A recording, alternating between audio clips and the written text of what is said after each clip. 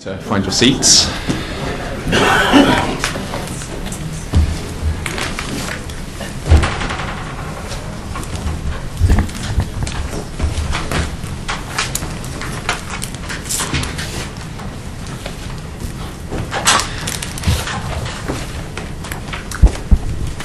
Okay, well, I make it 9 o'clock, so let's get this show started.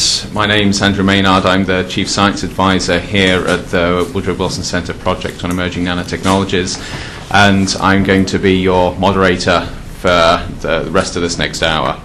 We're obviously here to talk about the just published paper coming out of the International Life Sciences Institute on nanotoxicity screening. I will go through the full, very elegant title. You'll have seen this hopefully. The full title, Principles for Characterizing the Potential Human Health Effects from Exposure to Nanomaterials, Elements of a Screening Strategy. Before we get to that, though, I'd just like to say a little bit about the building you're in here, the Woodrow Wilson Center, and the Project on Emerging Nanotechnologies. The Woodrow Wilson International Center for Scholars was established in 1968 as the nation's living memorial to President Woodrow Wilson. It's a non-partisan institution supported by both public and private funds, and it establishes and maintains a neutral forum for free, open, and informal dialogue. And it's within this context that the Project on Emerging Nanotechnologies was established in April of this year in partnership with the Pew Charitable Trusts.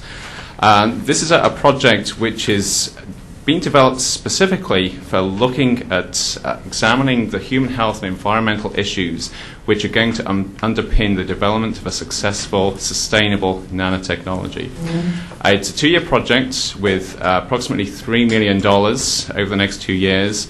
And one of our big aims is to help business, government, and the public both anticipate and manage the possible health and environmental implications of nanotechnology. And the director of the project is David Rajewski. Well, moving on to nanotechnology, I'm guessing that most people here know something about the subject, but I just want to put things very briefly into context before we get down to the business of the day. Nanotechnology is a very rapidly emerging technology. Some would call it a revolutionary technology, which is allowing us to do new, unprecedented things, both with new materials and new devices. In many ways, it offers great societal and economic benefits. You look at the things that we can potentially do with nanotechnology, and they really will revolutionize society if they come to their full potential. At the same time, it really does challenge the way we understand the potential implications and impacts of this technology on society, specifically on health and on the environment. The things that make nanotechnology, nanomaterials unique also raise questions about how we assess the hazardous nature of these materials and devices. Specifically, when we're looking at hazard identification, there are a number of common areas here. If we're going to see the successful development of new materials, we've got to be able to understand the potential hazard that they present. If we're going to regulate these new materials and new devices, we need to know something about the hazard they present. If we're going to carry out quantitative risk assessment, we need the same information. Also, just as importantly, if we're going to see public trust and acceptance of these new technologies, they've got to be sure that we understand the hazardous nature and how to minimize the potential risk associated with that hazard. And so within that context, I'm very pleased to be able to introduce this paper that we're talking about this morning, which is an important step towards addressing some of these issues. In fact, I would say that this is a landmark paper for a number of reasons, and I want to highlight 3 specific reasons why I say that. The first is that it draws from international expertise in diverse fields, and this is very important. We're not only talking about toxicologists here, we're talking about material scientists, particle and material characterization specialists. Secondly, it presents clear recommendations on how we need to begin thinking about understanding the hazardous potential of new nanomaterials. Rather than just talking about the issues, we've gone one step further, and we have a number of specific recommendations for how people ought to carry out tests, and specifically toxicity screening tests. Finally, the paper is a major step forwards towards developing a common basis for evaluating the hazardous nature of nanomaterials. One of the big issues we face is that if we want to understand quantitatively how new engineered nanomaterials present a potential hazard, we've got to be able to compare many, many different toxicity studies and toxicity tests. We can only do that if they're carried out on a common basis. And this paper is a major step towards trying to develop that common basis. So with that very brief introduction, I now want to introduce the panel we have here, and I'm very pleased that we've got three very prestigious people to talk in a little bit more depth about this paper. First of all, going from my right to my far right, we have David Warhite here from the DuPont Haskell Laboratory. David, as well as being a co-author on the paper, is a very widely respected toxicologist, very widely published. He's also involved in a number of initiatives looking at the toxicity, the potential hazard of nanomaterials, including being the chairman of the European Center for Ecotoxicology and Toxicity of Chemicals, that's the ECTOC, the Task Force on Health and Environmental Safety Nanomaterials, and he also serves on the National Institute for Occupational Safety and Health Board of Scientific Counselors. We then have Julie Fitzpatrick. Julie is a staff scientist at the International Life Sciences Institute, Risk Sciences Institute, and Julie was the project manager for getting this paper together and getting it out, and has really done an excellent job there. She'll be talking a little bit about that process. And finally, on my far right, we have Jim Willis from the Environmental Protection Agency. Jim is Director of the Chemical Control Division within the Office of Pollution Prevention and Toxics in EPA, and we'll be talking a little bit more about the significance and implications of the paper. So without further ado, I'm going to hand over to Julie, who will give you a little bit more background about ILSI's involvement in the paper and the paper itself. Thank you, Andrew. The International Life Sciences Institute Research Foundation, Risk Science Institute greatly appreciates your efforts in bringing together scientists from industry, academia, public interest, and government to discuss this important report. The International Life Sciences Institute is a nonprofit worldwide foundation established in 1978 to advance the understanding of scientific issues relating to risk assessment, toxicology, nutrition, food safety, and the environment.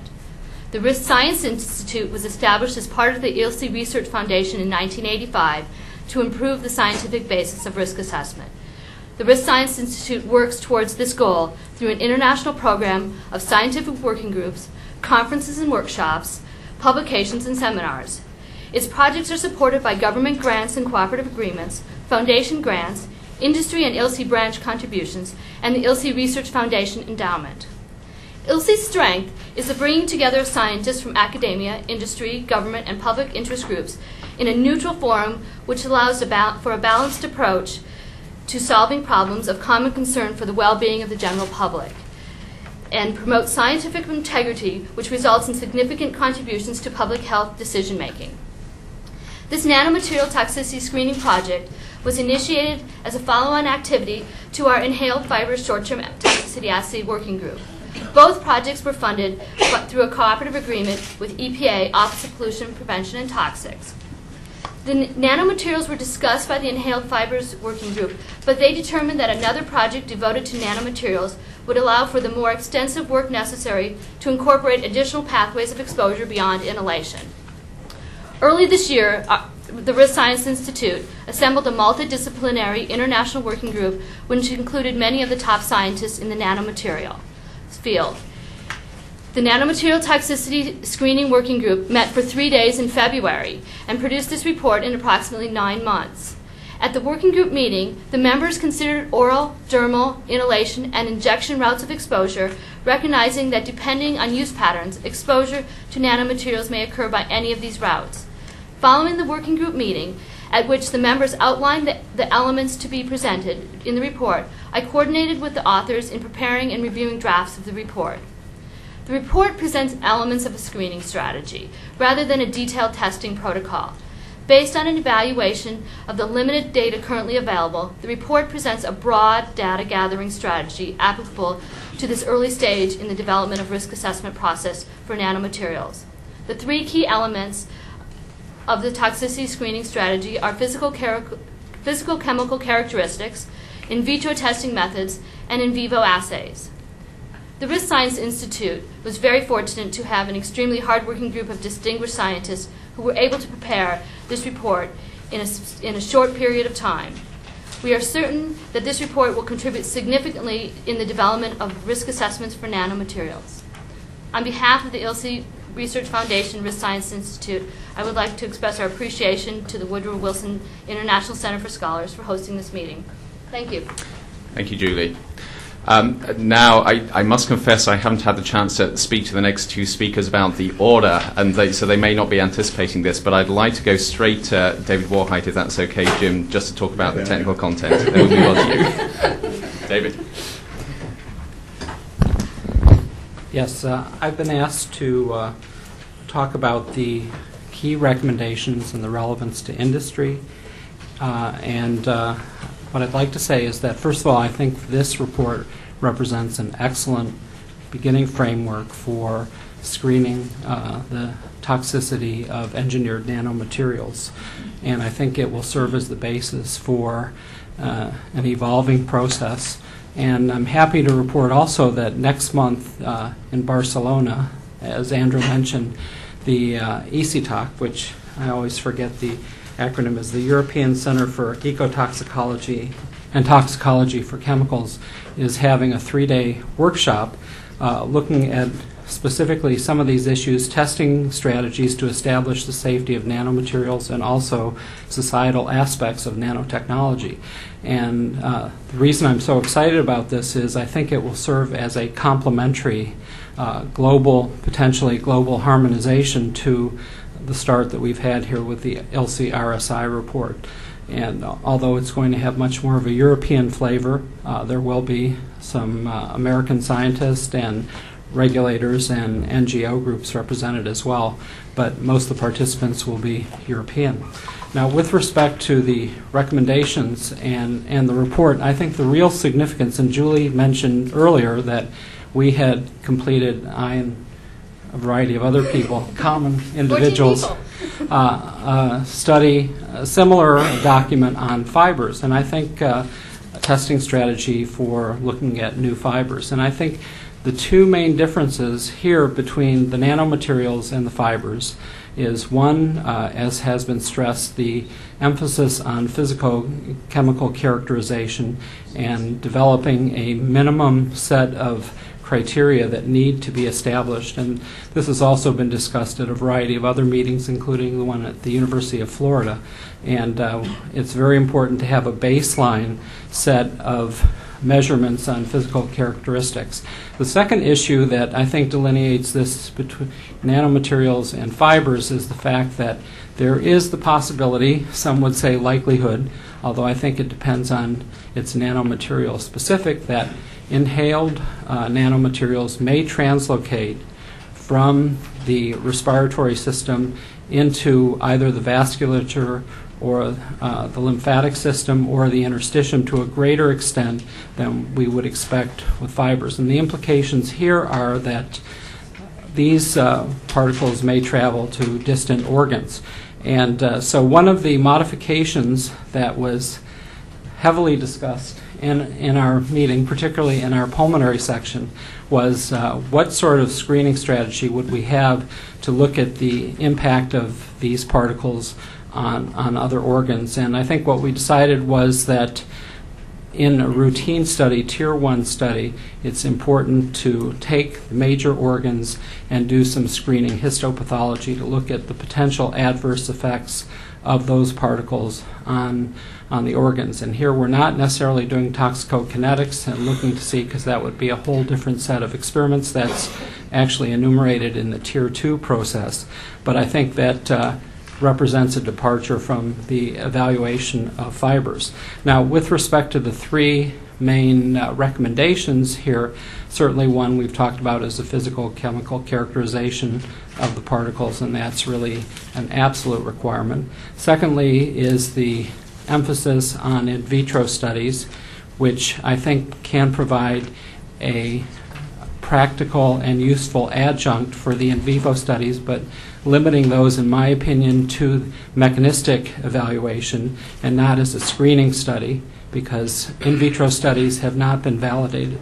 So in vivo studies really are the meat and potatoes, if you will, of the assay and of the evaluation. So in vitro can work as a very useful adjuvant or adjunct to the in vivo studies if we're looking at mechanistic questions.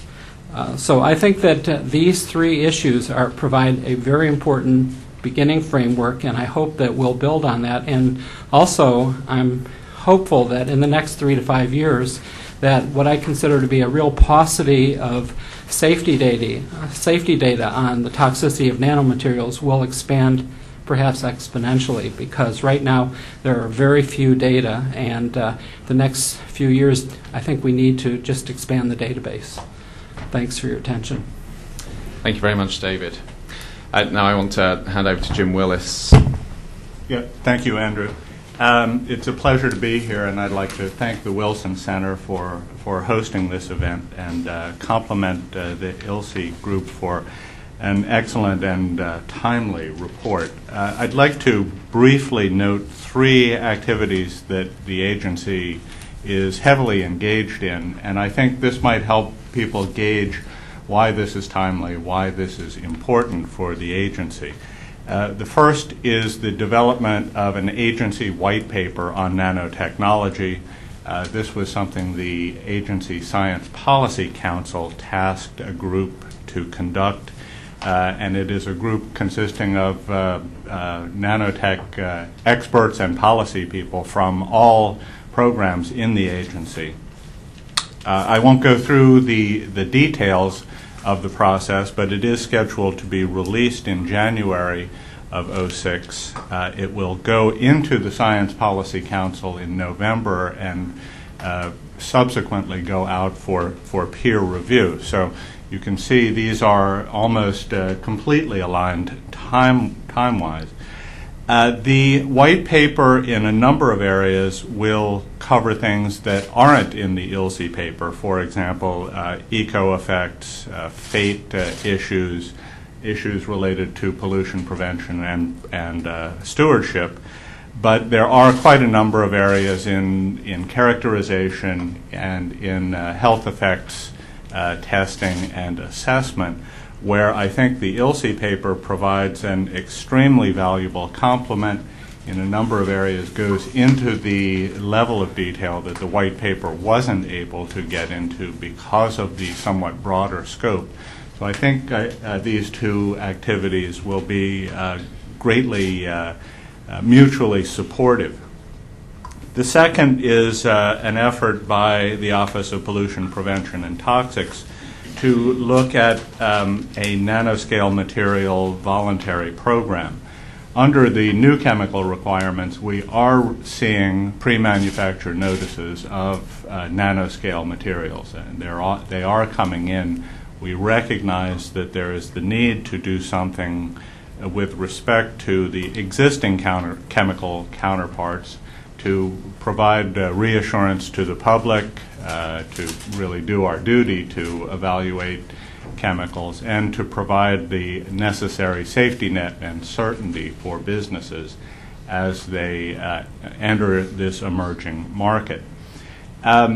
We have had a number of public meetings beginning of June, in June of this year, after which a working group under our FACA Advisory Committee, the National Pollution Prevention and Toxics Advisory Committee, was formed to provide information and advice, if possible, to the agency.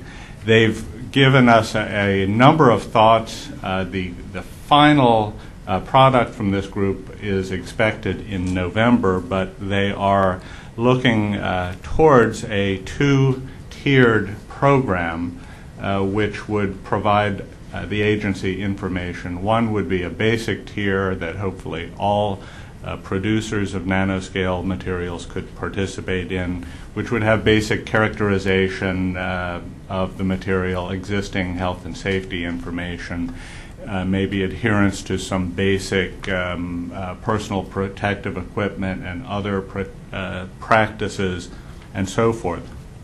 The next tier would be something more in-depth and may involve some in-depth testing, the formation of consortia to generate some of these data.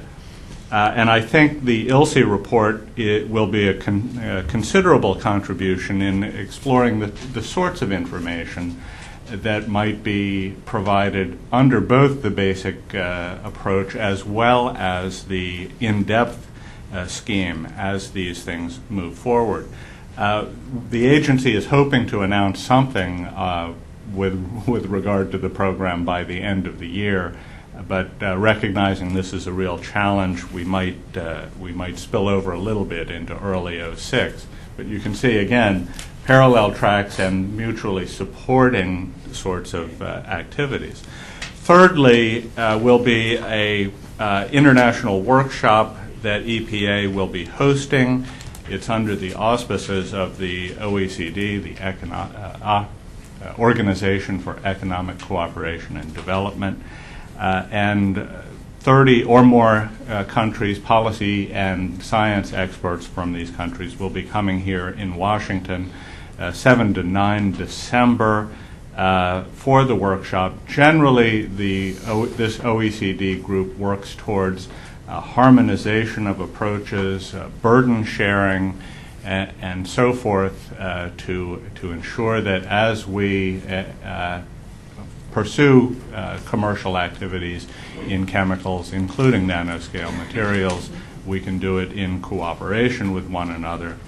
A number of the themes of this workshop, for example, definitions, nomenclature, and characterization, as well as human health effects themes. The other two themes are environmental effects and regulatory frameworks. Clearly, the ILSI report has considerable relevance to this work. Again, the ECTOC initiative, I think, is excellent for the lead-up for this workshop, and so we see a number of things working in real cooperation. We think that this is a very useful report in advancing the debate on how to assess nanoscale materials, and the agency is very pleased to have been able to contribute to its development. Thank you very much, Jim. Well, the main reason we're here is to give you the chance to ask these people on the panel more questions about the report, and we're just going to move into that part of the hour in a second. A couple of things I want to say before that, though.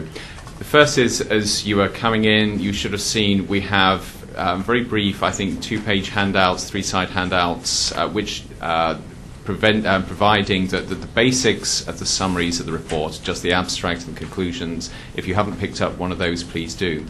The second thing is we had hoped to have the final published version of this report available this morning. We've been working very closely with the journal Partial Fiber Toxicology, and they assured us they would be able to get the final version out on the web today. As of 9 o'clock, it wasn't there, but I would encourage you to go back and check that website and see whether it's there. It should be there by close of business today. It will not be any different from what you have here in terms of text. It is simply the formatting. What you see here is the pre-formatted version. The final thing I want to say before we get on to the questions is just to acknowledge the role that Professor Gunther Oberdorster played in putting this paper together. Unfortunately, Gunther couldn't be here this morning due to other commitments. But he was the chair of this group and really played a major role in bringing together scientists from these very, very different and disparate disciplines to end up in a very, very coherent and very broad-based paper. So I would just like to acknowledge that. Moving on from there, I'm going to open up to questions. I would like to say, because we're streaming on the web, we need to use the microphone. There will be a roving microphone there. And please introduce yourself with your name and your affiliation before directing the question to whichever panel member you want to talk to. Thank you. We'll start from the front. Hi, I'm Jeff Brumfield with Nature Magazine. And I had two quick questions for you. The first was, is this a peer-reviewed paper? And the second is, how is it different from any sort of standard toxicology regime that you might do to find out, if something's toxic? The two-part question. The first part, Julie, either you can answer that or I can, then I'll hand over to David. I'll try the first one. Okay. Particle and Fiber Toxicology is a peer-reviewed journal. However, this paper was not peer-reviewed, and that journal editors were of the opinion that because this paper is a compilation of scientific opinion and that there was no scientific study and conclusions and results performed, that they did not see that peer review would change the opinions of the authors.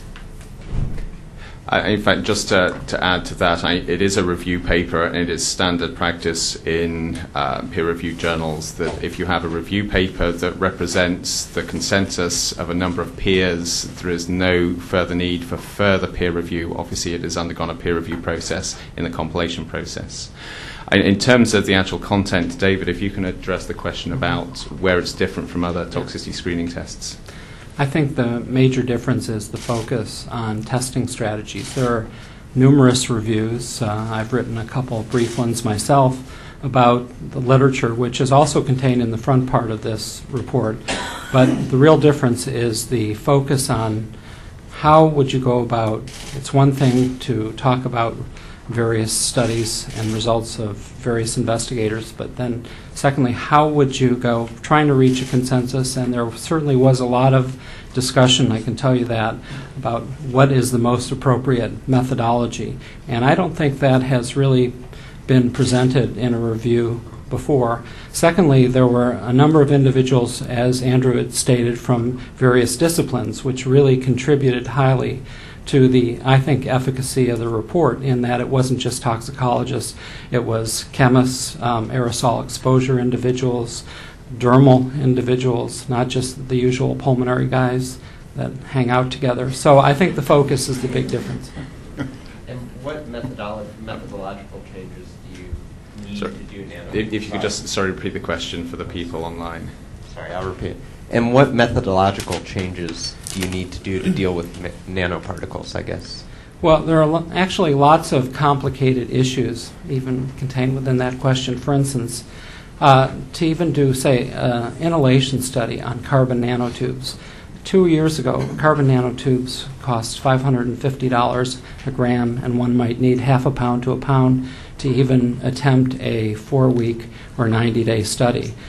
So therefore, things like intratracheal instillation have been used as substitutes, which are qualitatively similar but may not be quantitatively similar. And in the case of carbon nanotubes, that may represent actually an outlier, but that's another story. So the methodology, and there are very few inhalation studies really that have been carried out. So therefore, a lot of people are doing in vitro or installation in vivo for a variety of reasons, and there are lots of caveats that sometimes investigators miss. So it was really important to have a consensus to talk about the issues from various disciplines and try and establish some sort of consensus on methodology.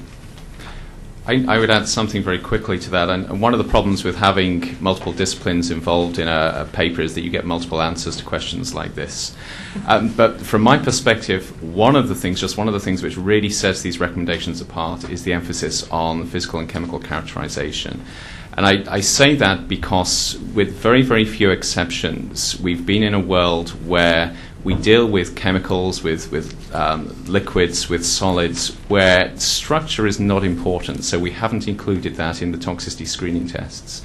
Now we're in a situation with nanomaterials where structure is extremely important, both physical structure and chemical structure. And so we've had to try and address that in these recommendations and extend the current standards to really fully understand the nature, the physicochemical nature of the materials we're dealing with. There was a question here. Hi, Andrew. Thank you. Lynn Bergeson and Campbell. Jim, I had a question for you. EPA has been working very hard in developing a framework document through the NIPTAC, and EPA's efforts are to be commended for their timeliness and the effort the agency has put into that document.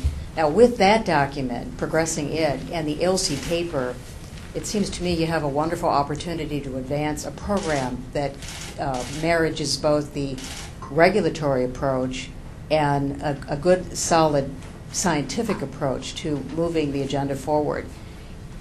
now that you have an OECD meeting planned in early December, what are EPA's plans to try to harmonize an international effort with respect to regulatory measures and testing regimes for nanoscale materials with a view toward harmonizing approaches and conserving resources? Thank you. A good question. You managed to weave in almost everything in it. The other outlier, of course, would be the white paper done by the Science Policy Council, which, being part of EPA, we would hope to use to help guide us in the data needs in the voluntary program as well. And that's why I say these things are all complementary. I think the ILSI paper goes into a level of detail that will be very useful both for the agency in the voluntary program as well as a starting point for international discussions in the OECD. We would hope that ultimately we would be looking at things like the harmonized sorts of test guidelines like we have for chemicals in their if you will, macro scale. These take considerable time to develop, but I think this workshop is a starting point to begin thinking about harmonization of approaches for testing nanoscale materials, for assessing nanoscale materials, and where possible, in actually regulating or managing nanoscale materials. Indeed, a couple of the European countries have expressed considerable interest in the voluntary approach that we have been working on, because for them it solves a number of problems in the short term. So I think it's probably too early to tell right now, but we are very hopeful that this workshop advances us down those pathways. There's a question from Phil over here. Hi, thanks. Phil Sayre, EPA. It was a very, very nicely written report. Thank you very much for it.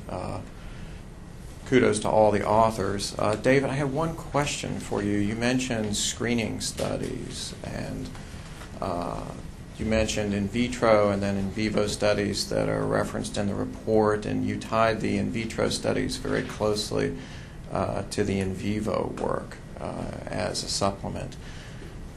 Can you give us an idea of the use of just the in vitro studies for relative screening of different nanomaterials? Well, Phil, this is a personal opinion, but I think that the in vitro studies used for just screening toxicity need to be validated before they can be utilized. And I say this because there have been other studies in the literature which have directly compared the toxicity, not the mechanistic issues, of, for instance, diesel extracts by Seagrave et al. From iTry or Lovelace, I'm not sure what it's called now. And she got directly opposite results using the in vitro approach versus the in vivo. So from my perspective, in vivo studies are the ones that have to do stand the test, and the in vitro need to be developed. I think ultimately it would be obviously very useful, less expensive, fewer animals, all of those things. I think everybody would like to see in vitro studies as a useful screen, but in my opinion, they're not there yet. But they can be good adjuncts for mechanistic questions, things like looking at reactive oxygen species, other kinds of cytokines, which you really can't do in vivo studies, or it's much more difficult. But as standalone in vitro, they need to be validated. So the paper doesn't Microphone. So the paper doesn't really specifically address that point then? I guess it depends on your perspective. If you look closely, I think it does. But you're right. As I was reading the paper, and certainly there are some advocates, I think, for an in vitro approach. I don't think as a standalone, but you're right. It's not as clear as my view would be. Thank you. Flurry, we'll go here first.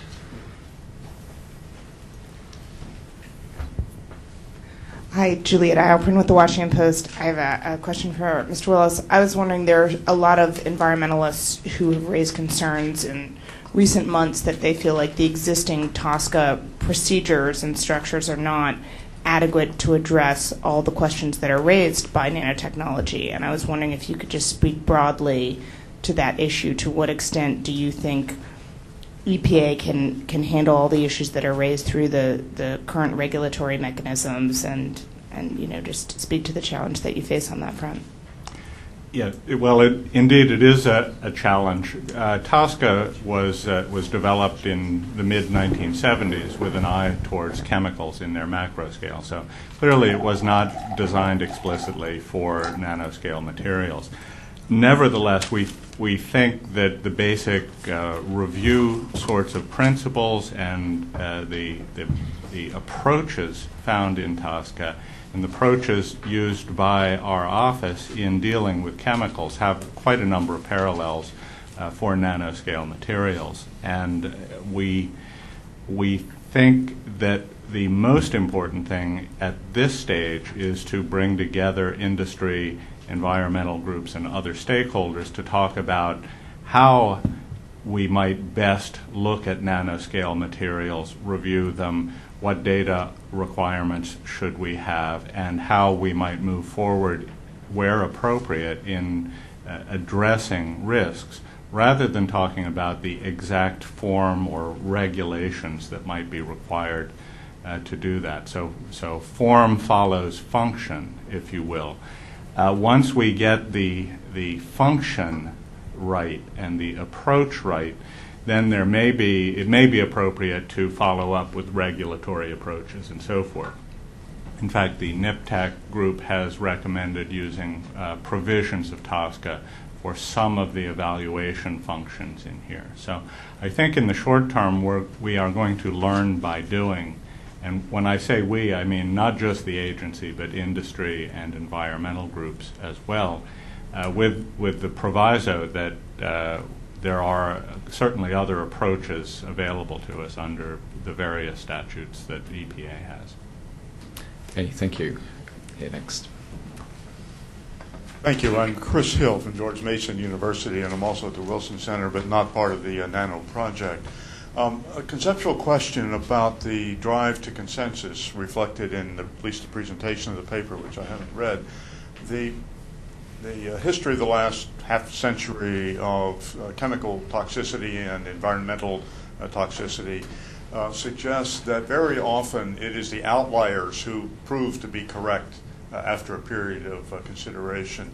And in light of that, if you would agree with that stipulation, does the paper attempt to go beyond consensus also to reflect the extent of dissensus around key issues in which there may be papers in the literature or competent scientific opinion that would hold that the consensus position on the issues it addresses may not be capturing what at least some scientists would think is correct? And is there a way that you've been able to capture that and convey that, given the centrality of this paper to emerging strategies, convey that level, if you like, of uncertainty about where the scientific evidence lies? David, do you want to take that, or shall I? I actually, at first, I was wondering what you were talking about, but then as you started to expound, I understood a lot better. For instance, there's a common perception, I used to call it dogma, that nanoparticulates are always more toxic than fine-sized particles of similar composition at similar mass. And you'll see this at several meetings and published. And one of the challenges that we have in our laboratory, frankly, is to look at this question of whether nanoparticles are always more toxic. Unfortunately, in my view, it's only based on two systematic comparisons, and they're not even direct comparisons, being carbon black and titanium dioxide. For instance, if you look at something called the P25, which is an ultrafine TiO2 particle, actually it's not only smaller, but it's really a different crystallinity than most of the pigment grade. And I've kind of viewed myself sometimes as a contrarian, so I can understand sort of where you're coming from. I don't know if that's exactly what you meant in terms of consensus versus outliers, and I wasn't exactly sure what you meant that the outliers are often correct. I guess we'd probably have to talk offline about the specifics. But I do think that there was a lot of very good discussion and sometimes differences of opinion. There certainly are what I'd call conventional wisdoms in the toxicology field. But I think that we need to, as I said before, generate much more data and many more experiments before we can determine whether the outlier opinions have merit, which I think they probably will. That's as conceptual and inexact as sort of your question, but to me, I think there were a lot of different opinions viewed. And also, as Andrew indicated before, he comes from the physical-chemical background, and I think certainly the toxicologists recognize that there have to be at least a minimum standard for characterizing materials. I'm not sure the toxicologists, speaking for myself, believe that we have to characterize everything by 10 or 15 different ways, but I would certainly say that we need a minimum standard so that studies carried out in the future studies carried out today will have relevance for the future. I don't know if that answers your question. Well, I would actually just add to that, and David is right that there is debate here, and of course science doesn't progress without debate and without differences of opinion. But what I think you see here in the report is firmly based on the science we have and where we see the science going. And what intrigues me is you look at the panel we had toxicologists such as David who have very clear views about maybe how to interpret some of the data. You had other toxicologists with very different views. And yet they were very easy being able to come to some sort of consensus about what needs to be done, irrespective of where their views lie or maybe what the underlying mechanisms are. So yes, there is that debate there, but it seems like we're at a stage at the moment where there is far more consensus in where we need to be going. Pat. Pat Diggs with BNA. And two very different questions. One is, how confident are you that these tests would work for nanoscale materials? And what prompts the question is, ASTM is forming a committee to look at a tox test that drug companies use to see if their products would hurt red blood cells, and it's having to adjust that standard test for nanoscale materials. And the other question, Jim, I'm wondering, I was at a presentation yesterday where I heard, haven't been able to verify, that EPA had already approved a new nanoscale material and that 3 PMNs were under review. And what I'm wondering is, how are you reviewing those new chemical applications when the NIPTAC hasn't yet agreed exactly what information you need to be gathering?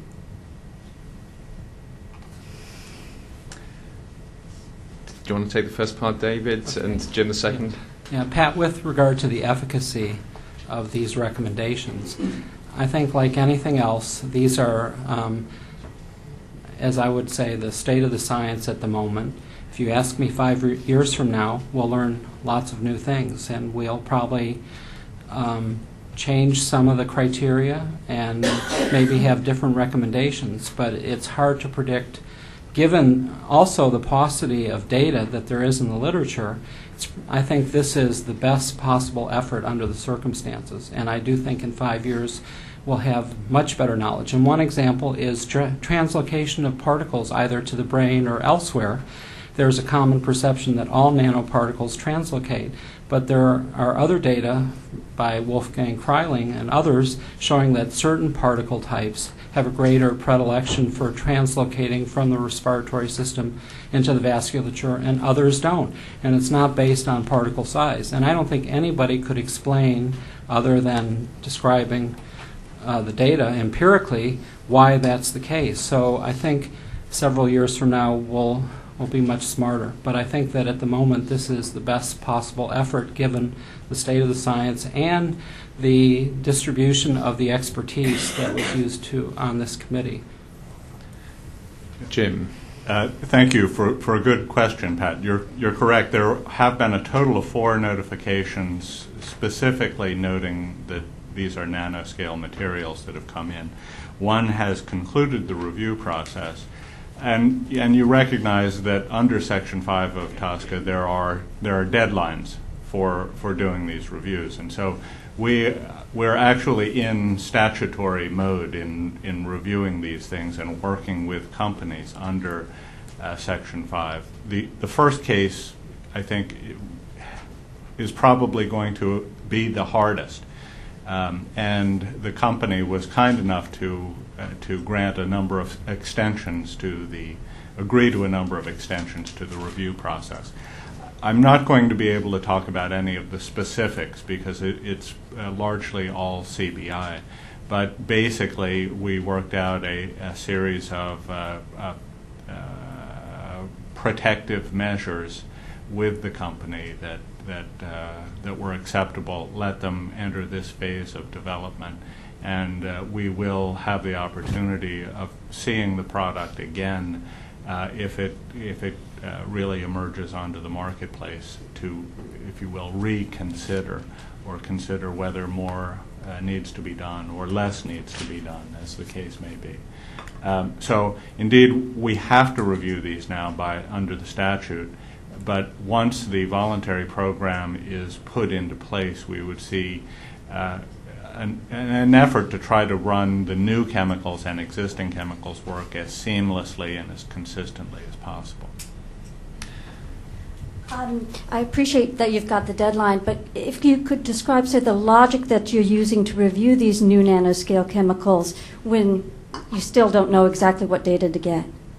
Well, we're actually largely using the logic that we built up in the past 25 years of running the new chemicals program, realizing that these have certain unknown characteristics or may have certain very different exposure-related parameters.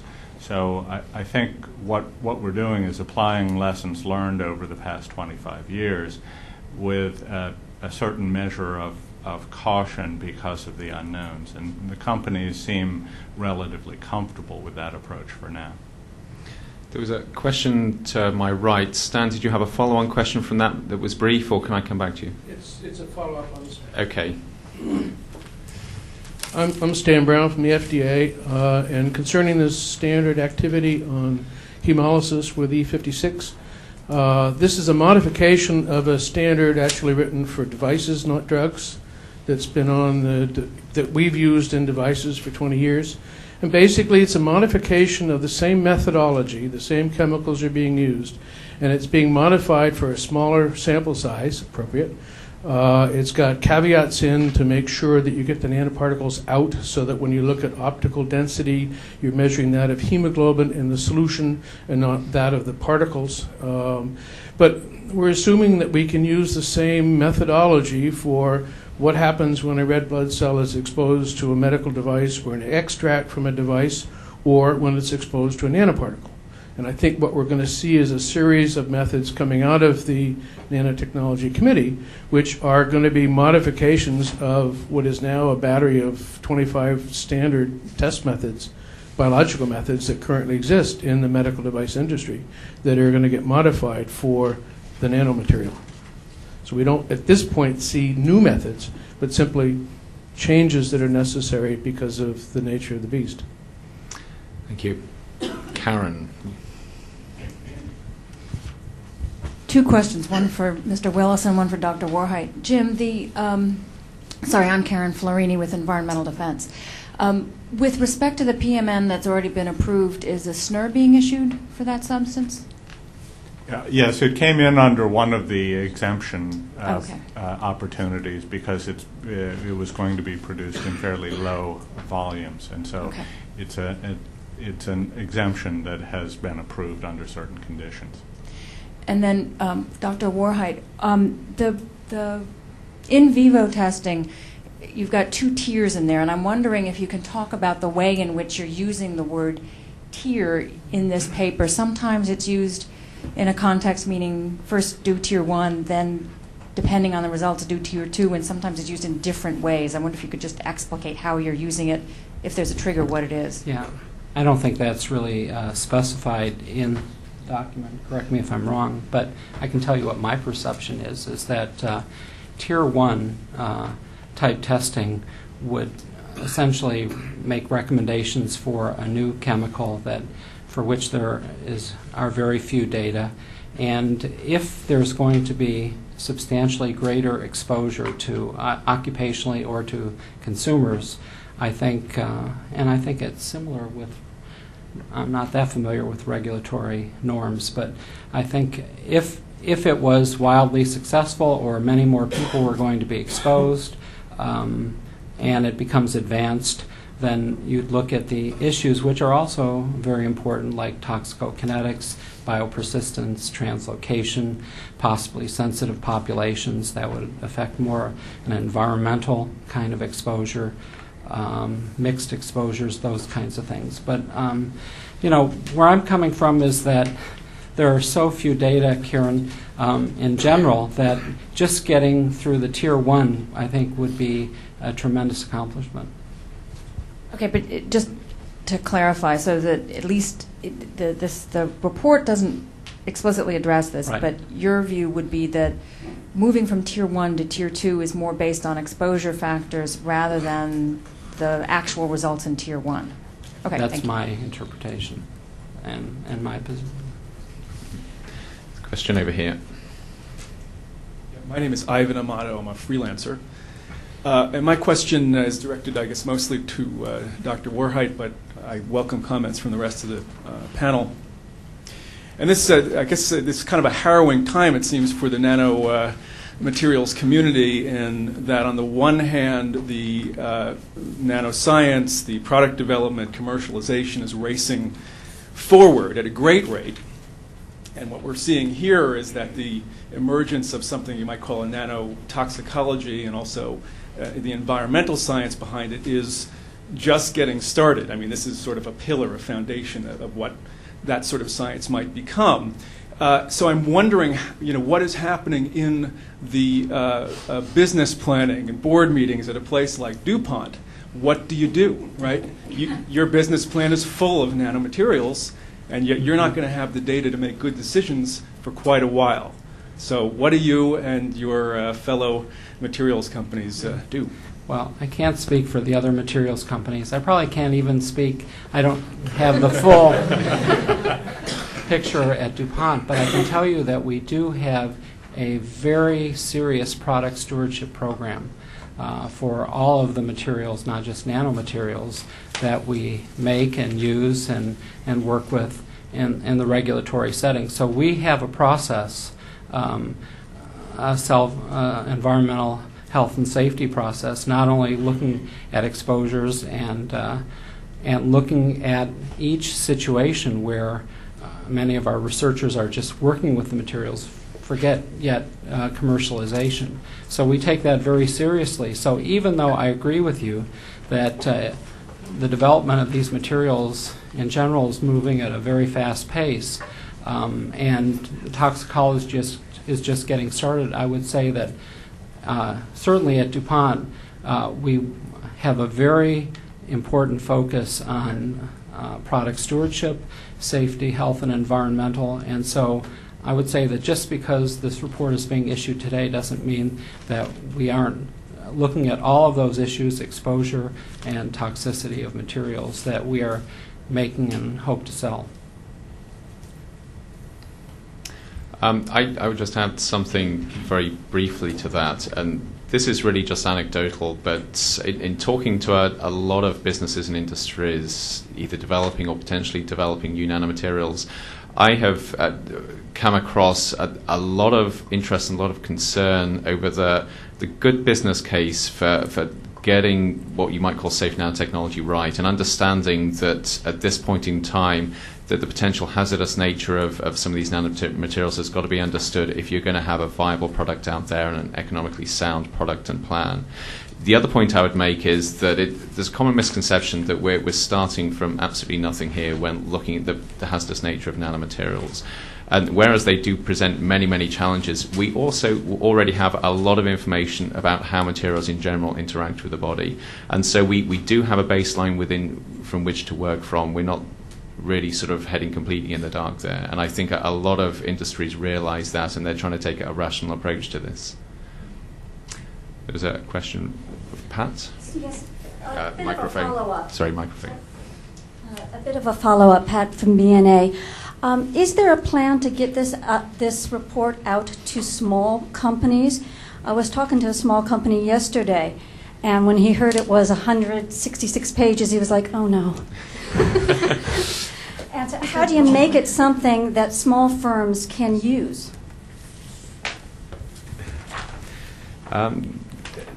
Everybody's looking at me here. Do you want to say something briefly? I agree. It's, he's not the only one who said it's 100 pages long. At LC, we would like to write a shorter report based on this report, a summary report. We had initially hoped that this report would be of the size to be published in Environmental Health Perspectives, and had discussed with the editors there. And when this report blossomed and became much bigger than their word limit would allow, we had to change plans on that. We would like to write a shorter report, a summary report, and take a next step on and include some information that wasn't quite melded enough for this report, and to be able to publish it in a more widely, in a shorter, more widely publishable area. The question actually is quite a nice segue into looking very briefly at what do we do next. And certainly, as far as I see it, and I can't see many small businesses plowing through this report. Nevertheless, it's a very, very important step. The question then is, where do we go from here? Small businesses are obviously at the key area, as are other industries, for trying to develop appropriate screening tests. And so we have this question, what is the next step? And I actually want to ask Mike Holstaffel from ILSI just to say a couple of things as we begin to move towards the close of the meeting on what ILSI's plans are for trying to develop this whole area of understanding the hazard and the risk associated with nanomaterials. So, Mike, are you prepared to say just a couple of things about what the next steps are from your perspective? Yeah, I'm Mike Holstaffel. I'm the Executive Director for the ILSI Health and Environmental Sciences Institute. We're the industrialist-supported branch that is a counterpart to Julie's program on RSI.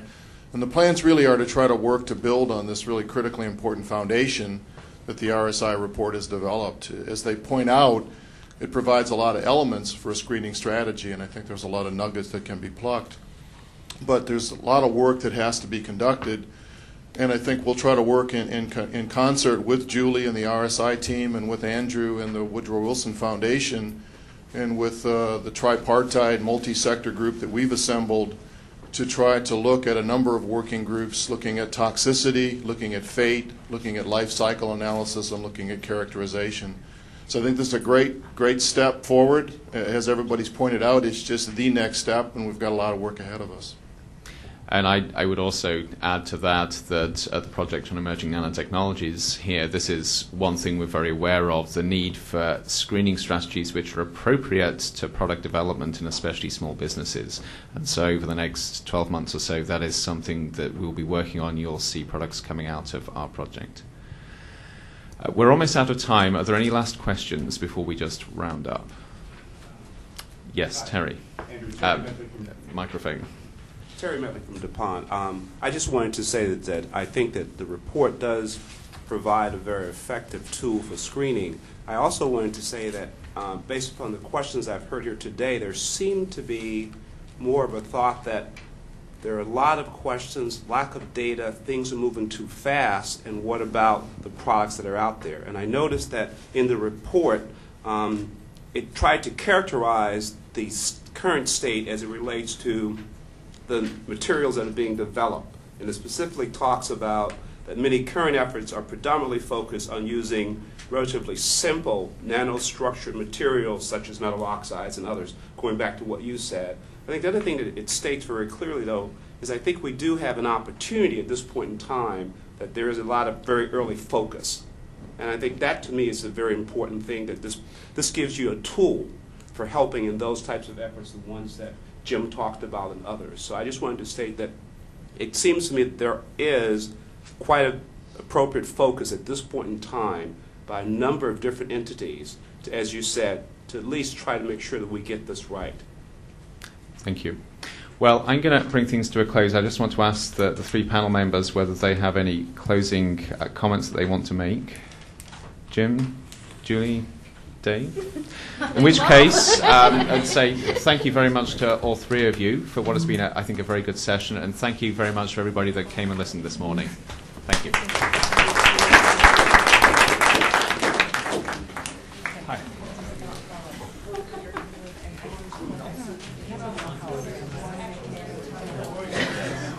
New chemical notice, yes.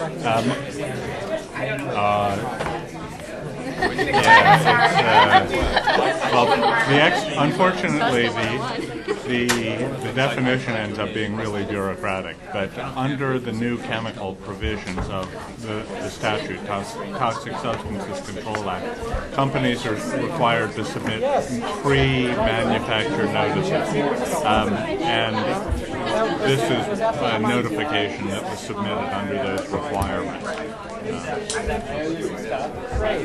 No, it's not, because most of the information is CBI. The only non-CBI information is that it is a carbon nanotube. Last month, September.